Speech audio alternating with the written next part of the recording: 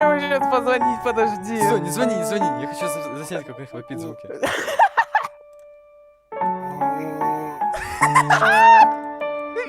Боже.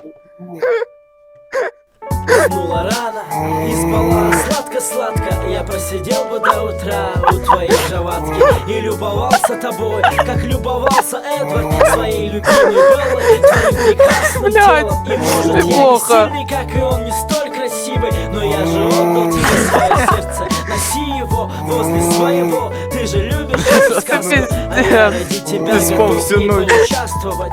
Готов любить тебя. Ебать, он разгоняется, ты слышишь? Не гоняйте, пацаны. На самом деле, и знаешь, я Я вибрации слышу.